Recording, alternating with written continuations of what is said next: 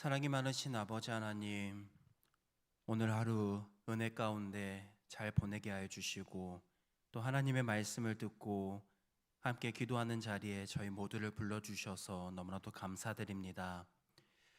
오늘 이 시간 우리의 마음과 또 귀를 열어주셔서 하나님의 말씀에 귀 기울이게 하여 주시고 그 말씀을 붙들고 삶의 기준으로 세워 흔들리더라도 다시 일어서서 주의 일을 감당하는 저희 모두 되게 하여 주시옵소서.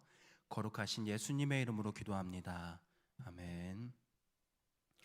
하나님의 말씀 민수기 13장 30절에서부터 14장 3절까지 우리 함께 살펴보도록 하겠습니다.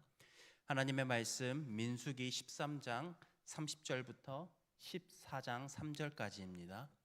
구약성경 217면에 있습니다. 민수기 13장 30절부터 14장 3절 우리 한 절씩 교독하며 읽도록 하겠습니다. 갈렙이 모세 앞에서 백성을 조용하게 하고 이르되 우리가 곧 올라가서 그 땅을 취하자 능히 이기리라 하나. 그와 함께 올라갔던 사람들은 이르되 우리는 능히 올라가서 그 백성을 치지 못하리라. 그들은 우리보다 강하니라 하고 이스라엘 자손 앞에서 그 정탐한 땅을 악평하여 이르되 우리가 두루 다니며 정탐한 땅은 그 거주민을 삼키는 땅이요 거기서 본 모든 백성은 신장이 장대한 자들이며 넷비림 후손이 아낙 자손의 거인들을 보았나니 우리는 스스로 보기에도 메뚜기 같으니 그들이 보기에도 그와 같았을 것이니라. 온 회중이 소리를 높여 부르짖으며 백성이 밤새도록 통곡하였더라. 다 모세와 아론을 원망하며 온 회중이 그들에게 이르되 우리가 애굽 땅에서 죽었거나 이 광야에서 죽었으면 함께 읽겠습니다. 어찌하여 여호와가 우리를 그 땅으로 인도하여 칼에 쓰러지게 하려 하는가? 우리 처자가 사로잡히리니 애굽으로 돌아가는 것이 낫지 아니하랴. 아멘. 성도님들은 살면서 혹시 이러한 생각을 해보신 적이 있으십니까?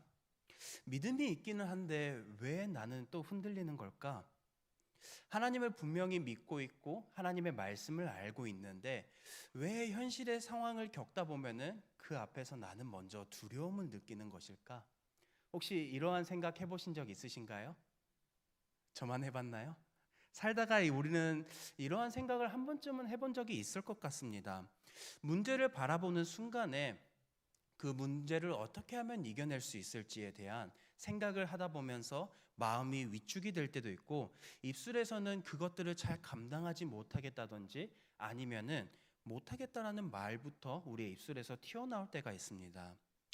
이러한 순간을 생각해 보면은 우리에게 믿음이 없어서가 아니라 내 안에 있는 믿음이 흔들리기 때문인 것 같습니다. 눈앞의 상황에 시선을 빼앗길 때 하나님의 약속이 흐려지고 그분의 선하심조차 우리가 오해하게 될 때 그렇게 생각하곤 하는 것 같습니다. 그래서 오늘 우리가 이 말씀을 통해 함께 살펴볼 중심 메시지는 바로 믿음의 시선입니다. 믿음의 시선이란 문제보다 더 하나님을 더 크게 바라보는 관점을 뜻합니다. 오늘 본문을 보면 현실 앞에서 시선이 다른 두 부류의 사람이 등장합니다. 모두 같은 땅을 보고 왔지만 누구는 담대했고 누구는 거기 앞에서 겁을 먹고 왔습니다. 그 차이는 바로 시선을 어디에 두었는가에 있습니다. 오늘 우리는 내 믿음의 시선이 흔들릴 때 어떻게 다시 하나님을 바라볼 수 있는지 그리고 어떤 시선을 붙잡아야 하는지를 오늘 말씀을 통해서 함께 살펴보도록 하겠습니다. 가나안 땅을 정탐하러 보냈던 12명의 정탐꾼이 돌아왔습니다. 모두 같은 곳을 바라보았고 그리고 모두 똑같은 것을 보았습니다. 땅이 얼마나 비옥한지 그리고 열매가 얼마나 풍성한지 또 그 땅에 사는 사람들이 얼마나 강한지 모두 확인하고 돌아왔습니다. 그런데 같은 것을 보고 돌아왔음에도 불구하고 그 사람들은 서로 반응이 나뉘었습니다. 먼저 갈렙은 이렇게 말합니다. 우리가 곧 올라가서 그 땅을 취하자 능히 이기리라 라고 말했습니다. 그는 자신보다 거대한 사람을 봤음에도 불구하고 전혀 두려워하지 않았습니다. 그렇다고 해서 갈렙이 현실을 무시한 거냐? 그렇지는 않습니다. 그도 거인과 같은 안악 자손들을 바라보았고 또 그 땅에 있었던 견고한 성읍도 봤습니다. 하지만 그의 시선에는 단순히 눈앞에 보이는 현실에만 있었던 것이 아니라 하나님의 약속을 기억했습니다. 하나님께서는 이스라엘 백성들에게 그 약속의 땅 가나안 땅을 너희에게 주실 것이라고 말씀하셨고 갈렙은 그 순간에 하나님의 약속을 기억했던 것입니다. 그리고 그 말씀을 믿고 있었습니다. 반면에 다른 10명의 정탐꾼들은 반응이 달랐습니다. 그들은 이렇게 말합니다. 우리는 그 백성을 치지 못합니다. 그들은 우리보다 강합니다. 그들은 자신들의 힘만을 바라보고 결론을 이미 내려버렸습니다. 이들의 시선에는 하나님이 보이지 않았습니다. 그러니 아무리 좋은 땅이라고 할지라도 아무리 풍성한 열매를 보더라도 그 땅은 이미 우리가 정복하기에 불가능이라는 땅으로 인식이 박혀 있었던 것입니다. 같은 것을 보고도 이렇게 서로 다른 해석을 한 두 부류의 사람들, 이 차이는 바로 삶에서 무엇을 중심에 두고 세상을 바라보느냐에 있습니다. 갈렙은 하나님을 중심에 두고 현실을 해석했었고 다른 정탐꾼들은 자기 자신을 중심으로 그 모든 상황을 판단했습니다. 결국 하나님을 신뢰하는 믿음이 있는 사람과 두려움에 사로잡힌 사람의 눈은 전혀 다른 결과를 초래했습니다. 오늘날 살아가다 보면 우리도 이들과 같은 모습을 보일 때가 있습니다. 우리의 삶을 돌아보면 매번 흔들리지 않았으면 좋겠지만 어느 순간에 어려운 상황들을 겪다 보면은 흔들리고 또 주저앉을 때가 있는 것 같습니다. 다양한 어려움들이 있죠. 가정의 문제를 겪었을 때도 그렇고 아니면 직장과 경제의 어려움들을 겪었을 때도 우리는 믿음의 시선이 하나님을 바라보지 못할 때가 있습니다. 이런 상황에서 우리는 이 문제를 내 스스로 해결하지 못하겠다. 그리고 왜 나만 이런 일을 겪는 걸까라고 생각할 때도 있는 것 같습니다. 이럴 때 오늘 말씀을 기억하면서 우리의 두 눈으로 현실을 바라보기보다는 하나님을 다시 중심에 세우시는 저와 여러분들이 되길 소망합니다. 갈렙처럼 눈에 보이는 현실을 받아들이고 인정하되 그보다 더 크신 하나님을 믿는 저와 여러분들이 됐으면 좋겠습니다. 하나님은 그 상황에서 우리를 외면하시는 분이 아니라 우리와 끝까지 함께 하시며 우리를 도우시는 분이십니다. 하나님은 지금도 살아계시고 역사하시는 분이십니다. 우리 이사야 41장 10절 말씀은 같이 한번 읽어봤으면 좋겠습니다. 두려워하지 말라, 내가 너와 함께함이라. 놀라지 말라, 나는 내 하나님이 됨이라. 내가 너를 굳세게 하리라. 참으로 너를 도와주리라. 참으로 나의 의로운 오른손으로 너를 붙들리라. 아멘.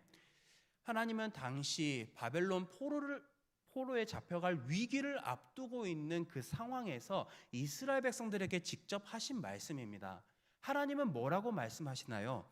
두려워하지 말라고 말씀하십니다. 그 이유는 하나님이 이스라엘 백성들과 함께하기 때문이라고 말씀하십니다. 현실은 너무나도 두렵고 막막했을 것입니다. 우리는 사실 이러한 상황을 겪어본 어려움이 없지만 우리가 단순히 익숙했던 공간을 떠나서 이제 삶이 억압되고 남자들에겐 그 공간이 군대일 수도 있겠죠. 이제는 익숙하지 않고 좀 어렵고 힘든 내 자유가 박탈되어 있는 곳으로 간다는 게 얼마나 많이 어렵고 또 힘든 순간일지 모릅니다. 이스라엘 백성들은 이런 지금 바벨론이라고 하는 그 강대국에 잡혀갈 위기에 놓여 있었는데 그 막막하고 어려운 순간에 하나님이 직접 내가 너와 함께함이라 라고 말씀하셨습니다. 이 말씀은 단순히 감정적인 위로가 아니라 하나님이 책임지고 끝까지 붙드시겠다고 약속하신 것입니다. 이 말씀은 당시 이스라엘 백성들뿐만 아니라 오늘을 살아가는 우리도 함께 붙들어야 할 말씀인 것 같습니다.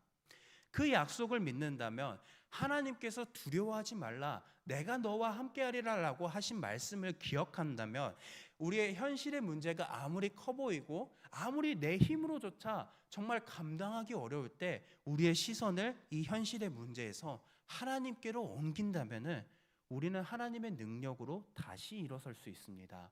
왜냐하면 우리가 믿고 의지하는 하나님은 전지전능하신 분이시기 때문입니다. 지금까지 과거의 이스라엘 백성들을 인도해 오셨던 하나님의 모습을 기억해봐도 그렇습니다.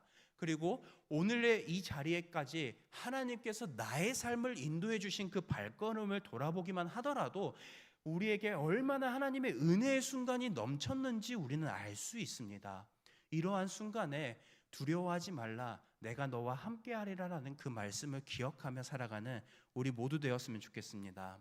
지금의 내 삶의 문제가 너무나도 커 보인다고 할지라도 그보다 더 큰 하나님을 바라보십시오. 믿음의 시선을 다시 하나님께 두는 그 순간에 우리는 다시 담대하게 걸어갈 수 있을 것입니다. 이러한 믿음의 시선을 붙들고 문제보다 더 크신 하나님을 바라보고 흔들릴 때도 하나님을 붙들고 신뢰하는 우리 모두가 되길 소망합니다. 이어지는 32절에서부터 33절을 보면은 정탐꾼들의 보고는 단순히 우리가 그들을 이기지 못합니다 해서 끝나지 않았습니다. 그들은 계속해서 백성들의 마음을 두려워하게 만드는, 불안하게 만드는 말을 계속해서 쏟아냈습니다. 그들은 그 땅은 거주민들을 삼키는 땅이요, 우리는 그들이 보기에도 메뚜기와 같다라고 이야기를 합니다. 이 말은 단순히 감정적인 표현이 아니라 그들의 상황에 두려움이 하나님의 약속을 완전히 덮어버린 결과였습니다. 하나님은 이미 그들에게 내가 너희에게 그 땅을 주겠다라고 말씀하셨음에도 불구하고 그들은 현실의 위협을 더 크게 느꼈습니다. 그 결과 이 두려움은 마치 전염병처럼 온 이스라엘 백성들에게 퍼져가지고 온 백성의 마음이 함께 무너져 버렸습니다. 여기서 중요한 교훈이 있습니다. 우리의 두려움은 마음속에서 자라나가기 시작하지만 우리가 그 말을 밖으로 내뱉기 시작할 때에 그 파괴력이 너무나도 커진다는 것입니다. 정탐꾼 10명의 부정적인 말은 곧 이스라엘 전 백성을 절망에 빠뜨립니다. 그들이 자신을 메뚜기와 같다라고 표현한 것도 우리는 주목할 필요가 있습니다. 이 말은 그들이 자신 스스로 얼마나 작고 무가치하게 여겼는지를 느낄 수 있는 표현입니다. 하나님을 바라보는 대신에 자신들을 바라보면서 적들은 거인처럼 보이고 그 견고한 성읍을 자신들 스스로의 힘으로 이겨낼 수 없다라고 생각할 때에 그들은 그를 보면서 자신을 작고 무가치한 존재, 메뚜기와 같다라고 표현을 합니다. 사실 우리의 삶에서도 보면 그렇지 않습니까? 우리가 길가를 걸어가다가 메뚜기를 보면은 작고 우리가 한 손으로 잡아서 힘을 살짝만 주어도 그 생명을 앗아갈 수 있는 존재입니다. 이스라엘 백성들이 이와 같은 존재라고 이야기를 하고 있는 것입니다. 그들의 마음속에 얼마나 그 두려움에 사로잡혀 있는지를 너무나도 알 수 있는 대목인 것이죠. 그러나 하나님은 그들을 결코 메뚜기와 같다라고 말씀하신 적이 단 한 번도 없었습니다. 오히려 하나님은 그들에게 이렇게 말씀하십니다. 너희는 나의 군대이고 너희를 통해서 가나안 땅을 정복하게 하겠다라고 말씀하셨습니다. 하지만 그들의 믿음이 흔들리자 하나님이 그들을 어떻게 바라보시는지보다는 자신의 연약한 눈으로 모든 것을 바라보기 시작했습니다. 결국 그들은 스스로를 깎아내리고 하나님의 약속을 의심하기 시작했습니다. 우리도 때때로 이러한 표현을 할 때가 있는 것 같습니다. 메뚜기와 같다라고 이야기할 때는 있지는 않지만 우리 자신을 봤을 때 우리는 너무 부족하다. 나는 이런 것들을 해본 적이 없고 해낼 자신도 없다. 그리고 나는 능력도 없고 믿음이 부족하다라고 생각하거나 말할 때가 있는 것 같습니다. 이러한 말들은 우리가 겸손한 말처럼 들릴 때도 있겠지만 사실 어떻게 보면 하나님의 신실하심을, 하나님의 능력을 신뢰하지 못하는 말일 수도 있습니다. 하나님은 우리의 능력을 보고 역사하시는 분이 아니라 우리의 믿음을 보시고 우리의 부족함을 아시면서도 우리를 들어 사용하시는 분이십니다. 우리를 통해 하나님의 능력을, 하나님의 영광을 나타내시는 분이십니다.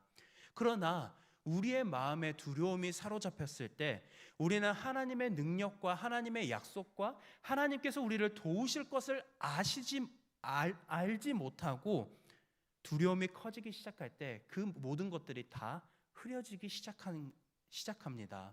어느 순간 보면은 우리의 기도가 사라지게 되고 마음에는 점점 염려, 근심, 걱정이 사로잡히기 시작합니다. 처음에는 혹시라고 생각했던 걱정이 나중에는 분명히 안 될 거야 라고 바뀌는 순간도 있을 것입니다. 하나님의 말씀보다 내 감정이 더 현실처럼 다가올 때가 있을 것입니다.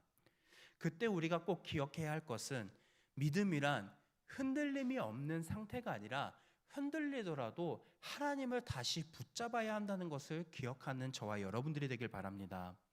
우리는 자주 흔들릴 수 있습니다. 우리는 연약하기 때문입니다. 그러나 하나님은 연약한 우리를 절대 홀로 두시는 분이 아니십니다. 두려움이 아닌 믿음의 시선으로 하나님을 다시 바라보는, 그리고 붙들고 살아가는 저와 여러분들이 되길 소망합니다. 우리 마지막으로 14장 1절부터 3절 말씀을 보면, 이제 부정적인 보고를 들은 이스라엘 백성들은 밤새도록 통곡하며 이렇게 말합니다. 우리가 애굽 땅에서 죽었거나 이 광야에서 죽었으면 좋았을 것을. 그리고 그들은 하나님의 뜻을 왜곡해서 받아들이며 하나님을 원망하기 시작합니다. 어찌하여 여호와가 우리를 그 땅으로 인도하여, 가나안 땅으로 인도하여 칼에 쓰러지게 하려 하는가? 하나님은 그들을 구원하시고 약속의 땅에서, 가나안 땅에서 복을 누리게 하시려고 부르셨습니다. 그러나 10명의 정탐꾼에서 시작된 그 부정적인 말들이 전염병처럼 온 백성에게 두려운 마음을 심었을 때 하나님의 뜻을 왜곡하고 하나님의 선하신 성품을 바라보지 못하게 만듭니다. 왜 우리를 그 땅으로 인도해서 죽이려고 하는가? 그리고 다시 그 과거에 고통스러웠던 애굽을 다시 미화시키기 시작합니다. 하나님은 선하신 분인데 그 선하심이 안 보이니까 하나님을 오해했습니다. 이스라엘 백성들은 자신의 눈앞에 고난이 너무나도 크니까 과거의 고통까지도 미화하고 있습니다. 애굽에서 그들의 삶이 얼마나 고통스러웠겠습니까? 하루도 쉬지도 못하고 벽돌을 구웠던 그들의 삶입니다. 그리고 심지어 자신들의 자녀까지 죽음으로 몰아갔던 그 국가였습니다. 그런데 지금은 오히려 그 애굽이 더 낫다라고 이스라엘 백성들은 반복해서 고백하고 있습니다. 우리도 이스라엘 백성들처럼 상황이 어려워지면은 믿음이 흔들릴 때가 있습니다. 그런 순간에 우리는 오히려 자꾸 과거로 돌아가고 싶어질 때가 있는 것 같습니다. 익숙한 실패이지만 오히려 그때가 더 안정적으로 느껴질 때도 있을 것입니다. 지금은 불확실하고 두렵기 때문에 지금보다 덜 힘들게 느껴졌던 그 과거로 돌아가고 싶고, 그 과거의 기억이, 너무나도 힘들었던 그 과거의 기억이 우리에게 미화될 때도 있을 것입니다. 하지만 신앙을 돌이켜보면 신앙은 과거로 돌아가는 삶이 아니라 넘어지더라도 하나님의 약속을 끝까지 붙들고 가는 삶의 여정인 것 같습니다. 하나님은 우리를 고통의 자리에 머물게 하시지 않으시는 분이십니다.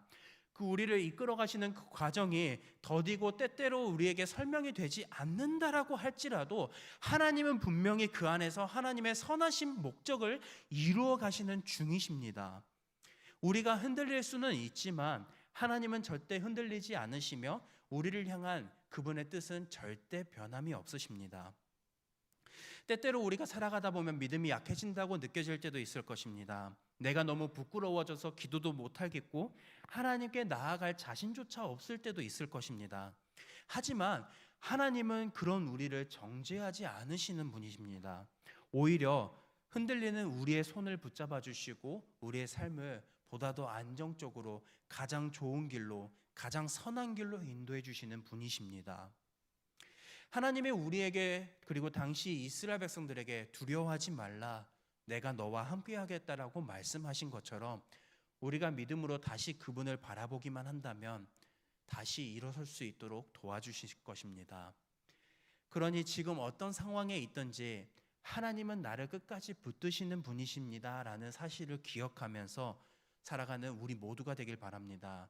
그 믿음의 시선이 우리를 회복의 출발점이 되어주고 하나님께로 다시 돌아가게 하는 과정이 되어줄 것입니다. 말씀을 맺겠습니다.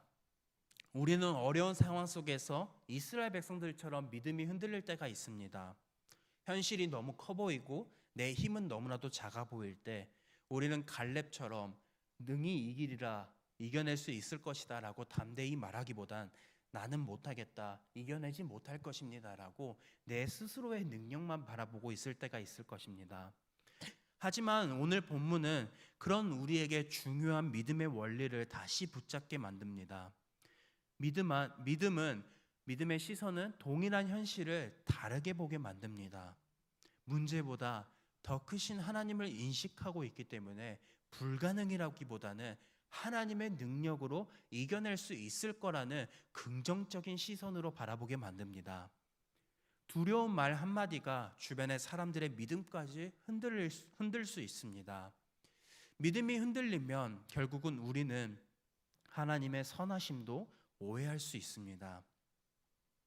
성도 여러분, 우리의 믿음이란 완벽하게 흔들리지 않는 것이 아니라 흔들릴 때에도 그 문제보다 더 큰 하나님을 붙드는 것에 있습니다.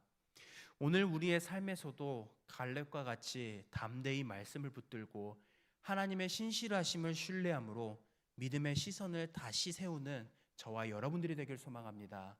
결국 믿음의 시선이란 그 문제보다 더 크신 하나님을 바라보는 것입니다. 이러한 시선으로 문제 앞에서 하나님의 능력으로 이겨나가는, 다시 일어서는 저와 여러분들이 되길 소망합니다. 우리 이 시간 들은 말씀을 기억하면서 먼저 기도하며 나아가겠습니다. 눈에 보이는 현실보다 하나님의 약속을 먼저 바라보는 믿음의 사람이 되게 하소서. 그리고 두려움을 나누는 사람이 아니라 믿음을 심는 말과 태도로 살아가는 성도 되게 하소서. 우리 이 두 가지 기도 제목을 붙들고 함께 기도하며 나아가겠습니다. 기도하겠습니다.